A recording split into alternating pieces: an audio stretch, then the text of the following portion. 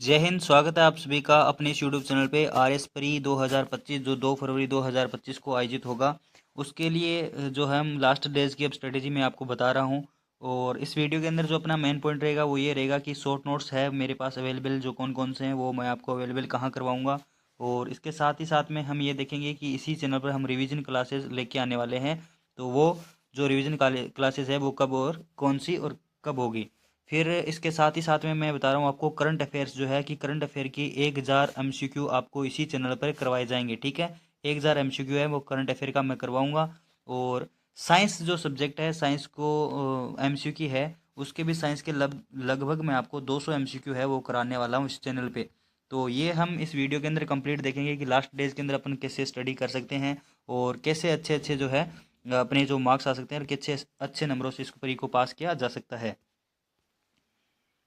मेरे पास 2 बार pre qualify होने का जो अनुभव भी है और आप समझ सकते हो। ठीक है, तो आर एस प्री जो 2025 को आयोजित होगा सबसे पहले मैं ये बता देता हूँ कि राजस्थान की जो इतिहास है, कला, संस्कृति, साहित्य, परंपरा एवं विरासत है।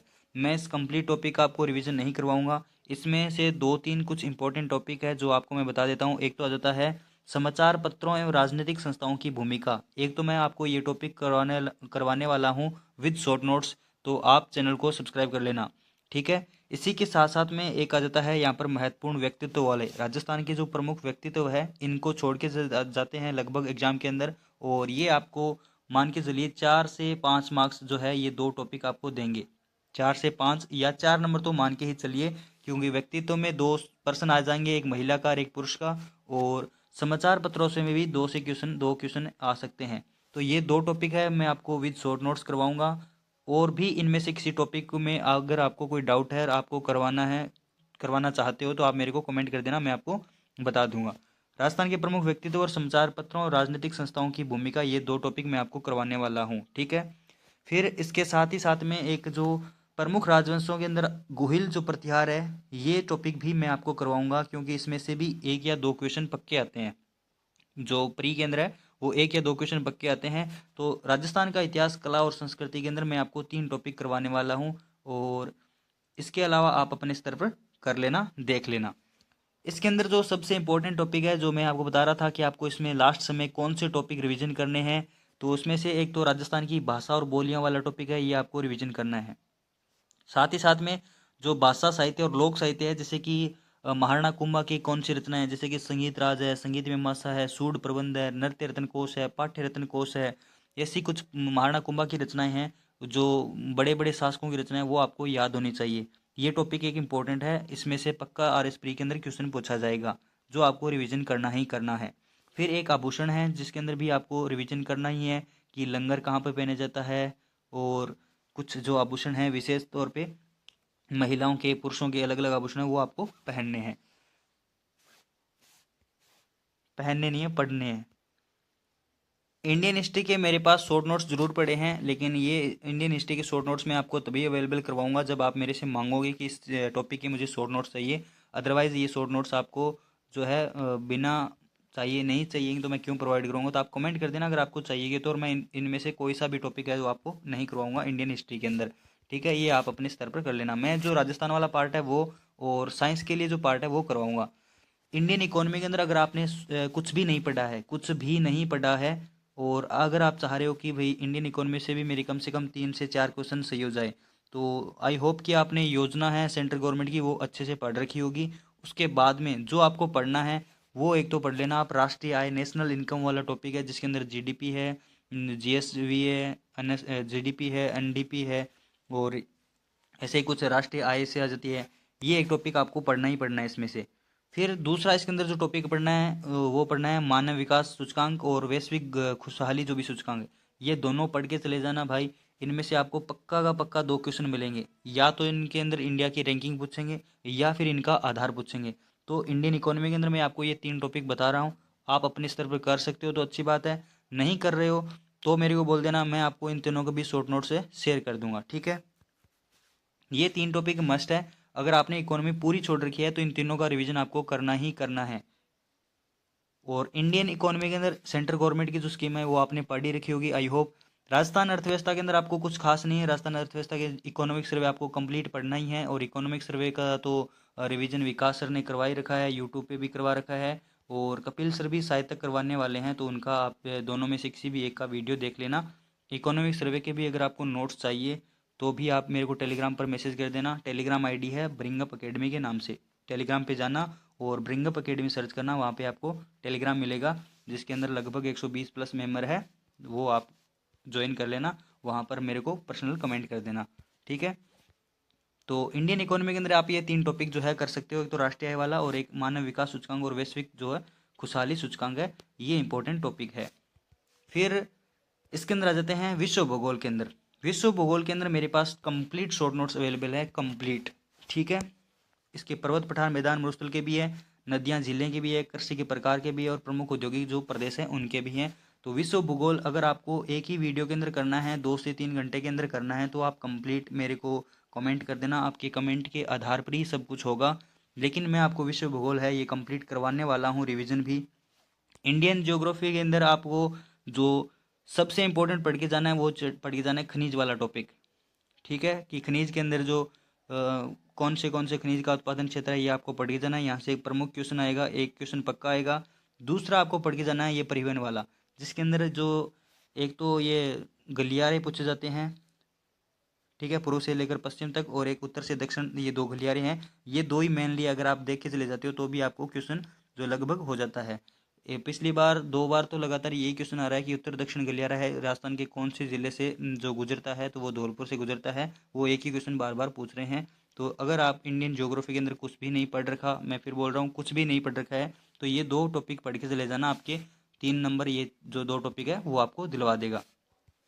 राजस्थान ज्योग्राफी के अंदर, राजस्थान ज्योग्राफी का पूरा पूरा इंपॉर्टेंट है, ये तो आपको पता ही है, लेकिन राजस्थान ज्योग्राफी के अंदर जो मोस्ट इंपॉर्टेंट टॉपिक है उसमें एक तो आ जाती है जनसंख्या। जनसंख्या से हर बार क्वेश्चन आए हैं, और इस बार भी 2 क्वेश्चन पक्के आने वाले हैं। जनसंख्या के शॉर्ट नोट्स विद ट्रिक मेरे पास है, मैं आपको अवेलेबल करवा दूंगा। जनसंख्या जो है वो आपको मैं पढ़वा भी दूंगा टेलीग्राम इसी यूट्यूब पे, तो आप वो देख लेना। और जनसंख्या से 2 क्वेश्चन पक्के आएंगे, तो ये आपको एकदम अच्छे से याद होने चाहिए। फिर दूसरी आ जाती है, वो आ जाती है प्रमुख सिंचाई परियोजना वाला टॉपिक। लास्ट परी के अंदर भी एक क्वेश्चन आया था कि जो ये माही सिंचाई परियोजना है, इसमें राजस्थान और गुजरात का हिस्सा कितना है, तो प्रमुख सिंचाई परियोजना से एक क्वेश्चन पक्का आएगा। खनिज वाला टॉपिक है, ये भी आपको अच्छे से करना है, खनिज वाला टॉपिक भी आपको अच्छे से रिवीजन करना है, इसके भी शॉर्ट नोट्स आपको देख के जाने हैं। राजस्थान ज्योग्राफी का मैं आपको लगभग 100 क्वेश्चन एक एमसीक्यू है वो करवा दूंगा, मोस्ट इंपॉर्टेंट है। तो राजस्थान ज्योग्राफी के लिए भी आप बेफिक्र रहिए। और राजस्थान ज्योग्राफी के अंदर ये 3 टॉपिक है मोस्ट है, जो कम से कम आपको 6 क्वेश्चन देके जाएंगे, इनको कर लेना। जनसंख्या, प्रमुख सिंचाई परियोजना और खनिज, ये 3 टॉपिक जो है मोस्ट इंपॉर्टेंट है, इनको आप कर लेना।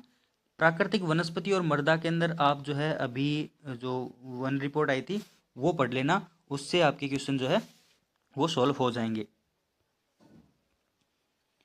इंडियन पॉलिटी के अंदर, इंडियन जो पॉलिटी है इसका कंप्लीट रिवीजन आपने कर ही रखा होगा, आई होप। इंडियन पॉलिटी के अंदर ऐसा कुछ खास नहीं है। अगर आपको कोई इसके अंदर डाउट होता है तो आप कमेंट कर देना, बता देना कि कौन सा टॉपिक आपके समझ में नहीं आ रहा, या फिर किसके आपके पास में नोट्स नहीं है, वो अवेलेबल करवा देंगे हम। और राजस्थान और इंडियन पॉलिटी का मैं कोई विशेष यहाँ पर नहीं बताने वाला हूँ। साइंस का जो है विशेष करके बता रहा था मैं। सबसे बड़ी बात यही है कि साइंस के आपके लिए जो एक 200 एमसीक्यू है इसमें करवाने वाला हूँ मैं। आप जो वीडियो को पूरा देखना, और लास्ट में इसके लिए और भी कुछ अच्छी सी चीज़ जो प्लानिंग है वो बताई गई है। तो 200 एमसीक्यू है ये साइंस के लिए मैं आपको करवाने वाला हूँ। इसमें नैनो प्रौद्योगिकी, जैव प्रौद्योगिकी और आनुवंशिक प्रौद्योगिकी, इनके भी क्वेश्चन होंगे। आहार पोषण रक्त में रचकार के भी होंगे, और जो डिजीज़ है उनके भी क्वेश्चन होंगे। और ये जो जैव विविधता, संसाधन संरक्षण और संधारणीय विकास, इन सभी टॉपिकों के 200 एमसीक्यू है, ये आपको करवाने वाला हूँ आरएस प्री स्पेशल। तो साइंस के क्वेश्चन और करंट अफेयर के 1000 क्वेश्चन ये आपको मिल जाएंगे इसी चैनल पे, ठीक है। और उनकी पीडीएफ भी आपको दे दी जाएगी। रीजनिंग के अंदर जो इम्पोर्टेंट है वो आपको ये कथन और मान्यता वाले क्वेश्चन है। इनमें से अगर रीजनिंग के 10 क्वेश्चन आ रहे हैं तो 4 क्वेश्चन इनमें से आएंगे। तो आप ये टॉपिक है इनको अच्छे से एक बार देख लेना कि किस किस के अंदर आपको दिक्कत आ रही है। एक रीजनिंग का क्वेश्चन आएगा, वो आएगा कोडिंग और डिकोडिंग से, ठीक है। कोडिंग और डिकोडिंग से एक क्वेश्चन पक्का आने वाला है, और एक क्वेश्चन आकृति से आने वाला है। तो आकृति वाले के बारे में इतना ज़्यादा अभी कन्फ्यूजन नहीं होना, कोडिंग वाला आपका सही हो जाएगा। इनमें थोड़ा सा ध्यान रखना, कथन एवं मान्यता, कथन एवं तर्क, कथन एवं निष्कर्ष, कथन और कार्यवाही में, ये आपको ध्यान रखना है। मैथ का एक अलग से वीडियो आने वाला है कि मैथ के लिए क्या कर सकते हैं जिससे आपको मैथ के अंदर कम से कम 4 या 5 क्वेश्चन जो है सही हो जाए, और ये आपके लिए रामबाण वीडियो होने वाला है। मैं नेक्स्ट वीडियो के अंदर ये जरूर बताऊंगा कि मैथ के अंदर ऐसे कौन से टॉपिक है, कौन से ऐसे एकदम कोर टॉपिक है जिनको पढ़ के आपके मैथ के अंदर 4 से 5 क्वेश्चन सही हो सकते हैं। करंट अफेयर के लिए, करंट अफेयर के अंदर जो है आपको ध्यान रखना है, एक तो ओलंपिक वाला पढ़ के चले जाना, पेरिस और पैरा ओलंपिक दोनों पढ़ के चले जाना। एक जो ये टेनिस के होते हैं 4, ऑस्ट्रेलिया ओपन है, फ्रेंच ओपन है, विंबलडन ओपन है और यूएसए ओपन है, इन चारों को पढ़ के चले जाना अच्छे से। और एक राजस्थान विशेष के अंदर खेल समसामयिक है, वो पढ़ के चले जाना। इनसे आपके टोटल क्वेश्चन हैं वो हो जाएंगे। और करंट अफेयर के लिए 1000 एमसीक्यू की क्लास जो है अभी हम स्टार्ट करने वाले हैं 1-2 दिन के अंदर, तो आप उसको भी देख लेना, जिससे कि आपके करंट के 20 प्लस क्वेश्चन तो आराम से सही हो ही जाएंगे। तो वीडियो अच्छा लगा हो तो वीडियो को लाइक कर देना,